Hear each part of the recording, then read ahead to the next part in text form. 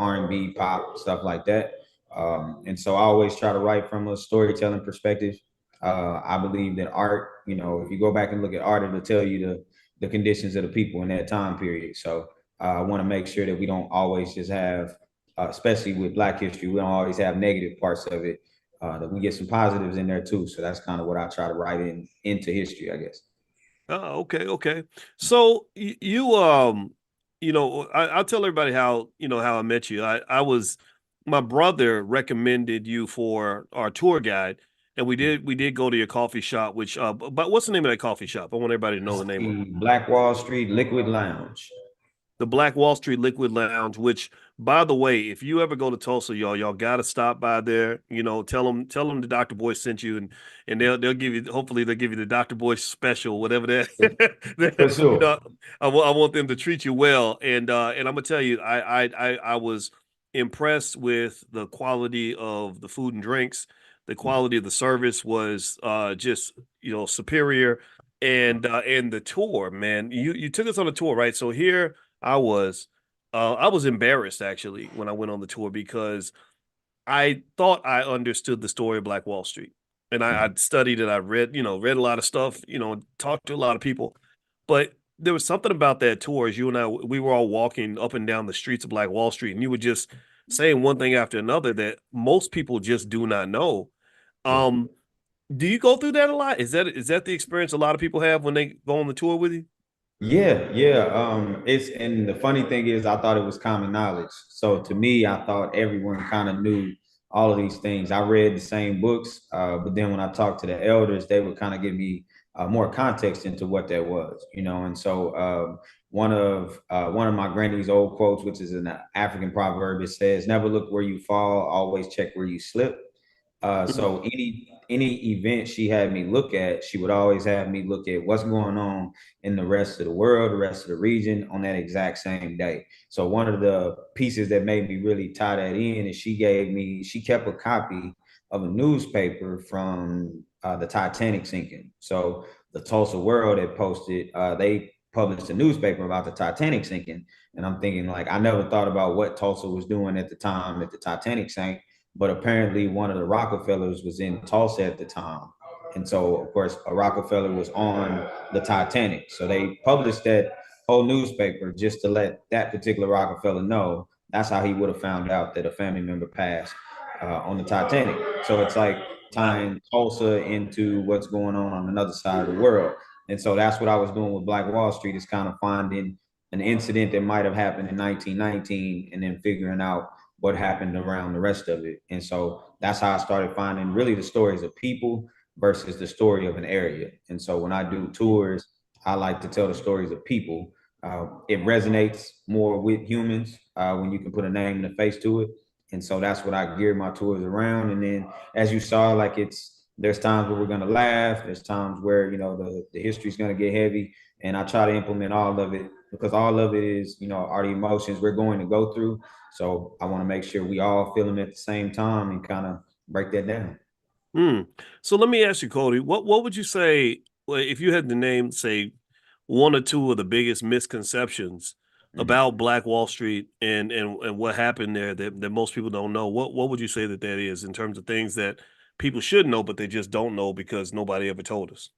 Yeah, I would say the first thing is Black Wall Street wasn't the only black town. There were 53 black towns in Oklahoma, which was more than any other state in the US. And then we now have 13 black towns, which is still more than any other state in the US. And then also that Oklahoma was supposed to be the first black and Native American state in the US. So the prominence of Black Wall Street would have not just been in Greenwood, that existed all over. And so when you're looking at Black Wall Street and thinking that this was a one-off event, this goes right in the middle of the Red Summer, which is 1917 to 1924. There's over 30 black towns that were burned the exact same way during that time period. So I think that as much as we all attached to Black Wall Street, if we really take a dive into our own cities, we'll find that there was at least a version of it everywhere that black people were. So one of the biggest misconceptions of black history is that after slavery was abolished, black people didn't work together. that the whole colorism and light skin, dark skin, all these things separated us because of slavery. But Greenwood is an example that directly after slavery was abolished, Black people worked together, Black people came together, and we built amazing things. First generation free people were able to do things that we have not replicated now. So Mm. they more advanced than what we've been able to do now, but it's mainly because we don't know that particular part. So if I start you with your history as, you know, you were a slave, so now you'll be okay with, well, now you can vote and now you can go to any grocery store versus me saying you used to have your own grocery store, you used to have your own bank. Those are things that not only empower people, but it activates something in Black people's soul to make them, I think as heavy as this history is, everyone who leaves the tour wants to go do something with the other Black people when they leave. Really, very interesting. Mm. So, everybody, if you just came in, I'm talking to Cody Ransom. Cody Ransom is an expert among on a lot of things, namely Black Wall Street, among other issues related to that. Cody is also going to join us in the Black Business School. He's a kind of an adjunct faculty member. He came in last year and did a great training on Black Wall Street and the real history behind it last year. He's going to do another one pretty soon. And in fact, Friday, he and I are going to do a deep fireside chat where we're going to go deep into some of these issues and you get a chance to engage with him a little bit further. So yeah, I'll put that link in the chat. And if you also want me to text the link out to you, make sure you're on the text list. Text the word morning to 87948 and you'll get a link and an invitation to the Friday event. So let me ask you about this, Cody. Do you feel that, I mean, I've been watching, people like Demario Solomon Simmons represent the survivors and what happened in court where they kind of threw the case out. And I'm gonna tell you, I felt a little bit strange seeing people have to be, us having to bring, 105, 102, 103-year-old people to court, to deal with this issue. I felt I just didn't like that. I felt like that was disrespectful to them to make them have to do all that at that age that they are, and then to even throw the case out. Do you feel that the state of Oklahoma, let's talk about Oklahoma in particular, has really done justice when it comes to really recognizing what happened with the Greenwood section of Tulsa? Not at all. Miss Fletcher is someone. Demario is actually my older cousin, so I get to hear all of the inside scoop. Also, Miss Fletcher, I've known her for years, man. She's 110, and it Wow. to hear that, Oklahoma treats them that way. They continue to pass their court cases so far out that actually Miss Fletcher's younger brother died last year, so in the middle of the lawsuit. But they are the last people that could have actually been paid from that lawsuit. It's a public nuisance lawsuit, so you have to be directly affected by the massacre, not indirectly. And so at that time, there were only three people alive that had that argument, and one passed last year, November. The last two are 108 and 110. So Wow. it's but Oklahoma has a history of not taking care of its own business first. I think what Oklahoma is a microcosm of the U.S. If you want to find all of those stereotypes of the U.S., you find them here in Oklahoma. So the five civilized tribes didn't actually even get their land the way it was supposed to be divvied out. They didn't get full ownership of their own property until maybe 5 to 7 years ago is when Oklahoma actually started acknowledging Indian territory. So these were treaties that were passed years ago that Oklahoma finds a way to skate around. And so mainly because only a few people know the story, only a few people are arguing. And so it's easier for the state to kind of dismiss that versus a more unified push to do something. There hasn't been, any boycotts or anything like that to say, you know what, we're not going to spend in these areas. We're not going to do this until you take care of this. So that doesn't happen. And so because it doesn't affect the bottom line of Oklahoma's tourism or Oklahoma's dollar. And so Mm. until those things are affected, they will continue to just kind of pass it on until those people pass away. So let me ask you this: how do they teach about the Tulsa massacre in the public schools in Oklahoma? How do they do it properly, improperly? How do they do that? Definitely improperly. We just got a law 2 years ago saying that we can teach it. But the way it's taught is really take a trip to the museum. If you can take the kids to the Greenwood Rising Museum, they can go through there, they'll learn it, and that's really the bulk of what they get. They don't take the walking tours, most of them.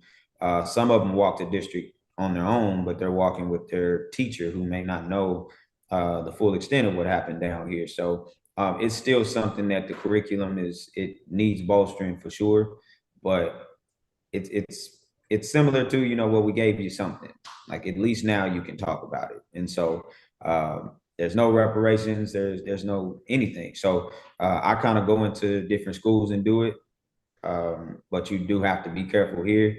We do have some of those same critical race theory bills to restrict what you can say and what you can't. So if I'm in the school during the school day, I have to be very strategic about how I say certain things.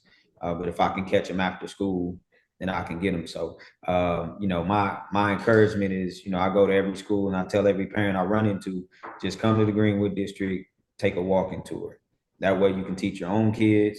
Um, you know, one of the things that's kind of controversial, but I always say it, I was kind of happy they started taking Black history out of schools because all these years that we took Black history, we don't know Black history. So it kind of puts the ball in our court to teach it ourselves versus depending on a school system that, number one, doesn't understand it, and number two, doesn't value it, to teach it to us in the way that we should get. So I just think that, African proverbs always pop up in my head, but until the lions have their own historians, the tale of the hunt will always glorify the hunter.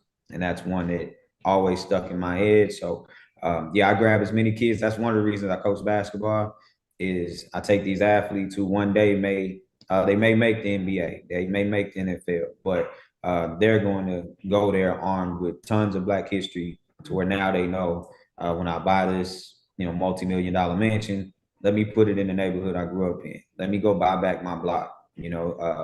Let me start businesses and empower people to start businesses. So let me get a Black agent. Let me find, Black representation in the law industry. So they'll know that before they ever make it out of high school, leaving Tulsa, Oklahoma. Well, now do y'all see? Give me a guess if you see why I was so happy to have this brother in today. Yeah, let me know because I mean, he does this all the time. By the way, he can just rattle off all these facts and information that's so powerful, and I hope just right now that everybody in here will make a commitment that it's, at some point you will go to Tulsa, you will do the walking tour, you will go to. Also, I'm going to go and ask y'all, make sure you support the business. Go make it rain on the Black Wall Street Liquid Lounge. The service is great. The food is great. Everything's great, and so that they don't just feed you with food and drink, they feed you with knowledge. Starbucks can't do that. You know what I mean? So I would encourage y'all. So give me a commitment now. We got to support each other. I hope that you understand why I just have a lot of respect for this man. So let me kind of dive in, and also, by the way, I'm gonna put the link for the private Zoom that Cody and I are gonna do. I'm gonna put that in the chat while Cody answers the next question. So you'll see the link in the chat, and you can just click on and go ahead and register. It's gonna happen Friday. Cody, you got the time? Do you know what time we start on Friday? I can't even remember. I think it was 8 p.m. Okay, yeah, Let me Friday at 8 p.m. Here we go. Yeah, And yeah. it's going to be kind of a fireside chat. And the title that my team picked, because you got to have a team to do this, is Unveiling DNA Legacies, Reparations, and the Power of Oral Histories and Black Narratives with Cody Ransom. So we're gonna have this discussion Friday night at 8 p.m. And it's free to everybody that's in here. And I'll put the Zoom link in here in a second so everybody can register. So as I do that, I'd like to ask Cody another question. So talk a little bit about epigenetic inheritance. We talked a lot. Just recently, I heard Kamala Harris, who could be the next president, use a term that we've used in here repeatedly, and I haven't seen anybody else really use this term a lot other than us right here, and that was undiagnosed, untreated trauma. And I've always talked about undiagnosed, untreated trauma in our community in terms of how that's caused us so many problems. And I thought it was really interesting that Kamala used that phrase. I said, okay, you've been listening, you're paying attention. Hopefully that'll be followed up with action. I don't know if it will, but you have a perspective in terms of how trauma and triumph kind of have been imprinted into our DNA, and that we only tend to learn about and access our trauma, and that this kind of stops us from reaching our excellence. Can you speak on that a little bit? Yeah, I think that when I first started kind of diving into epigenetic inheritance, the main thing I got from it was when we tell the story of Black Wall Street, it's always the destruction. So what that does to a human's body is it tells you that, oh well, if I try it, if I do it, I'm gonna lose it. It's gonna be destroyed. It's common sense, but I often find myself having to tell tourists that they could not have burned 197 Black businesses if Black people did not build 197 businesses. So if we're not talking about the building of it, and we only talk about the destruction, people come. A brother of mine named Marlon Hall, man, he says all the time that Tulsa is not a graveyard. It's whenever it's a garden, and gardens use dead things fertilize new life. And so things that happen down here, when people come here and all they know is 1921, they're coming to a graveyard. They're coming to hear about dead bodies and things of that nature. Versus when they come here thinking of a garden, there was something grown there that even though that crop may not be there anymore, that ground is still capable of producing it. And so when you come thinking garden versus graveyard, it changes. So there are things that you do in your life that you really had no choice. It was in your DNA for you to do certain things. You know, there are tribes of people around the world who they're born with larger lung capacity. They can hold their breath longer than any other people on earth. There's tons of things that we inherit, you know, from past generations that for some reason we just refuse. We haven't activated those things ourselves. We activate the traumatic parts. Um, you see a police car, your anxiety goes up. You know, Mm. so police departments being formed as slave patrols would make sense why those things would, you know, aggravate you that way. But there's also the positive things that come from it. You know, when we see Black success, whether we know the people or not, it feels like we won too, and that's because that's in our DNA as well.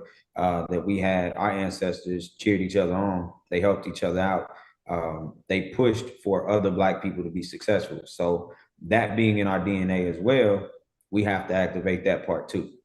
You can use the trauma, but the trauma part can't happen if the triumph doesn't happen before. These weren't people that were just sitting in the middle of nowhere, had absolutely nothing.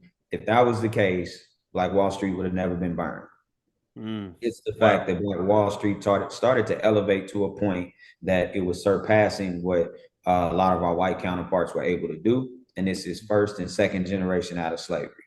So if you can only imagine what third, fourth, and fifth generation out of slavery would have been able to do if first and second generation creates the largest collection of Black millionaires in US history. So if they were able to do that and we're building off of that foundation, then these are $1 billion areas. These are $1 billion families that we're talking to. And so we have to go back to figuring out why they did what they did, what brought them together, why did they do what they did. So that's the question I always ask people to when they're researching. Don't look at what happened, look at the why. So not the fact that we built it. Why did we build it? Well, we built it because back then they understood economics in a way that as a mass, we don't. They understood that if I spend where I live and I shop with the people around me, that it helps me. That brings money back to my area.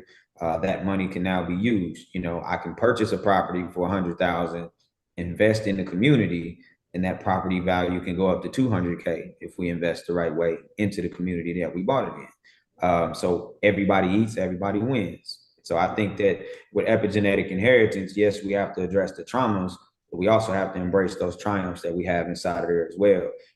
If you dive into your family history, you're going to find someone, mainly your elders, would say, well, you remind me so much of your great grandfather. You remind me so much of my great aunt. And that's not just physical, it's something about your aura that does that. And so you got to kind of tap into that and figure out what it is. I love that. I love that a lot. And by the way, everybody, I put the link to Cody's event on Friday into the chat, so you guys can go and register now. Hit that link and just go ahead and sign up, and you guys can come in for free because you're in this space.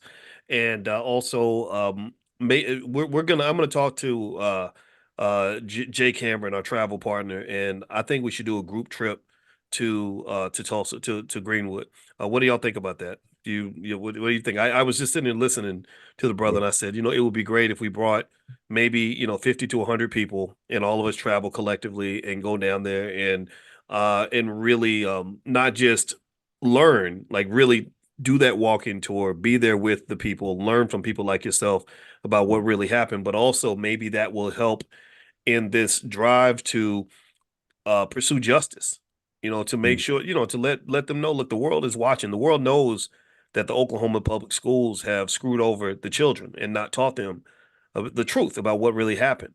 We Yeah. know that what they did to Mother Fletcher and this, and the families that went through this tragedy. You should not have to be 110 years old to to get justice. That's crazy. To even it's unfathomable. It's completely outrageous and disrespectful, and maybe us doing a group trip there, and I'm gonna talk about it like crazy, will draw some more attention to it and support what's really going on, because there's a lot of work to be done here. But what I also like about what you said, Cody, is you talked about something that I've seen a lot.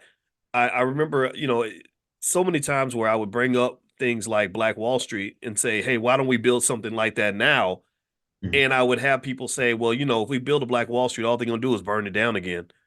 And I was like, come on, man, what kind of how you gonna win when you're talking like a punk? Yeah. Like you Yeah. talking like I don't even know how to be that much of a coward. Like you really worshiping white folks right now. Like you really not I'm not talking about the white folks who wouldn't burn down Black Wall Street. Let's be clear. I'm talking about the ones who really don't want to see us succeed. You're Yeah. really honoring them when you say, it's like a football team saying, man, we might as well not even run no offense because all they're gonna do is tackle us. All they're Yeah. gonna do is take the ball from us.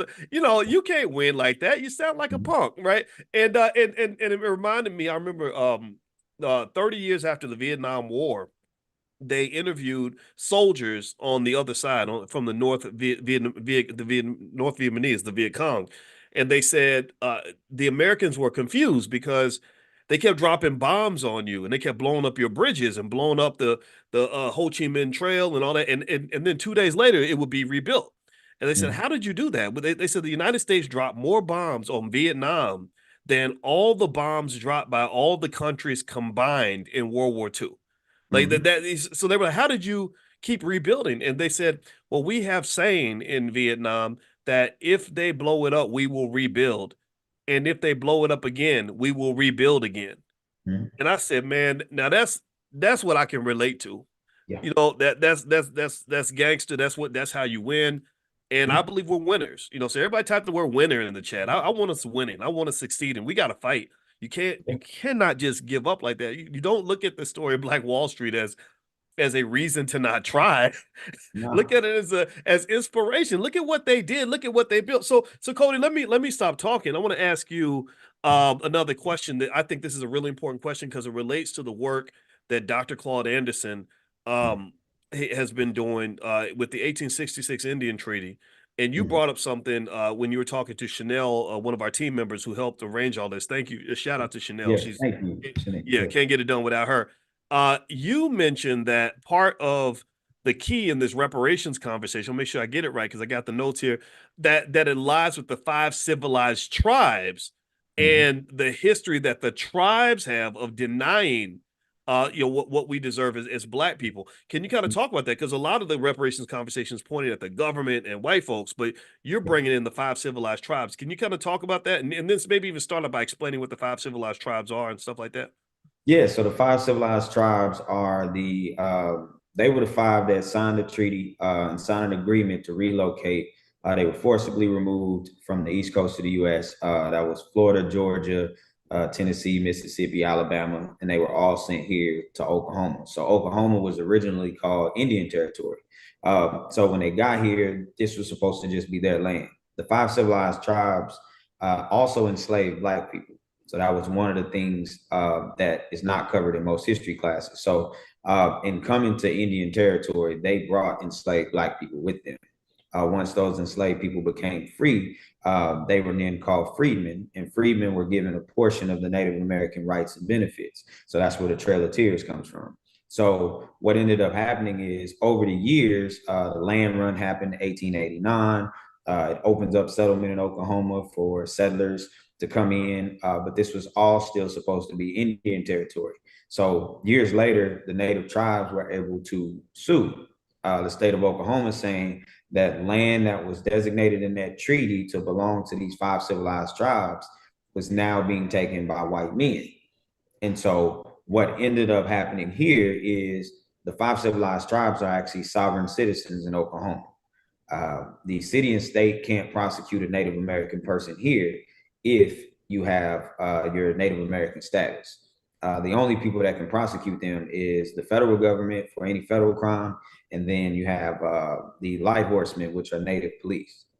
They also are the only ones allowed to have a casino in Oklahoma, a smoke shop. That all goes through them. So what they do is they use that casino revenue to then all of the tribal members are able to get portions of the basically the profit that comes out of that casino. So depending on which tribe you're from and how successful their casinos and their land is, there's a kickback that comes for all of the people. Now we have a term down here that we'll learn about in more depth in the class, but it's a $5 Indian. So it was a lot of Klansmen used to literally pay $5 to become Native people so that they can purchase land that was only for sale to Native American people.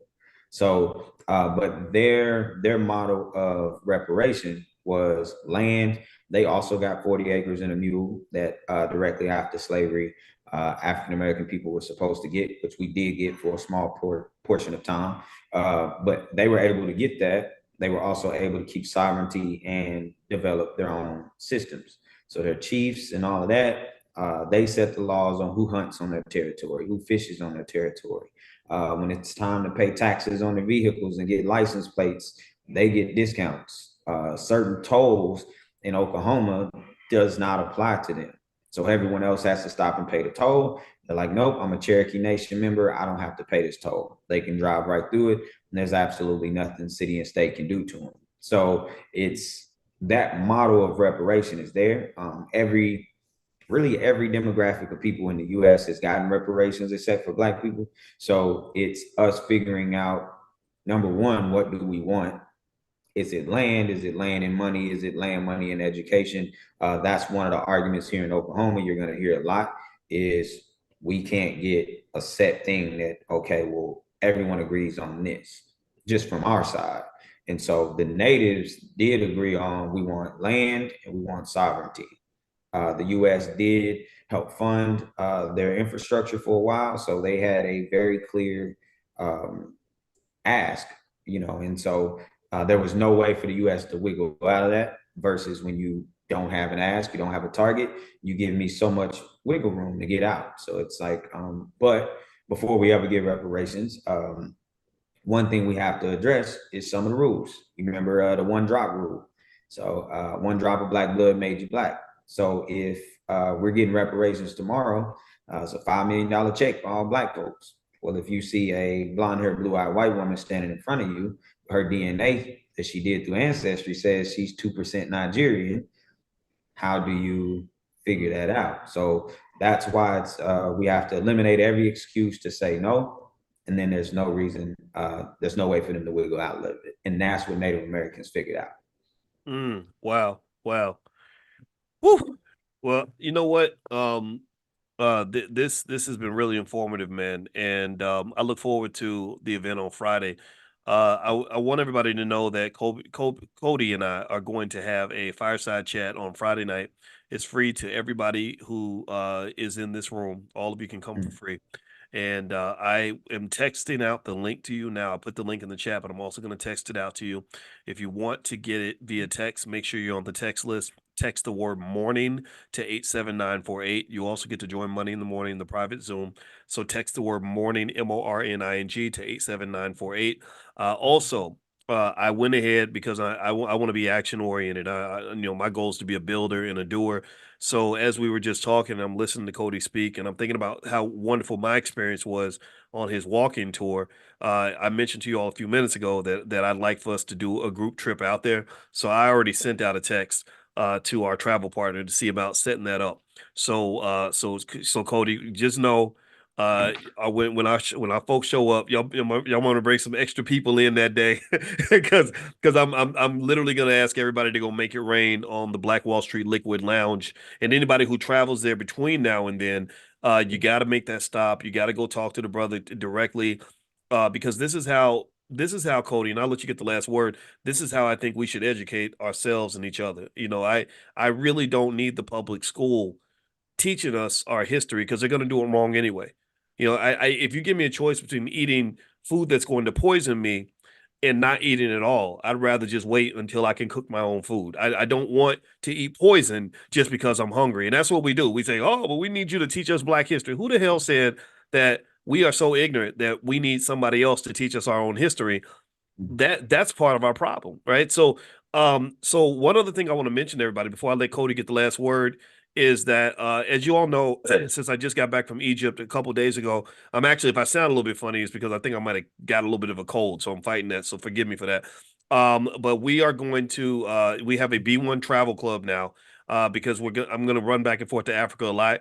And also that group trip to Tulsa is going to be part of that. We're going to arrange that as well. So if you'd like to be notified as we set these things up, pull out your phone, text the word travel to the number 87948.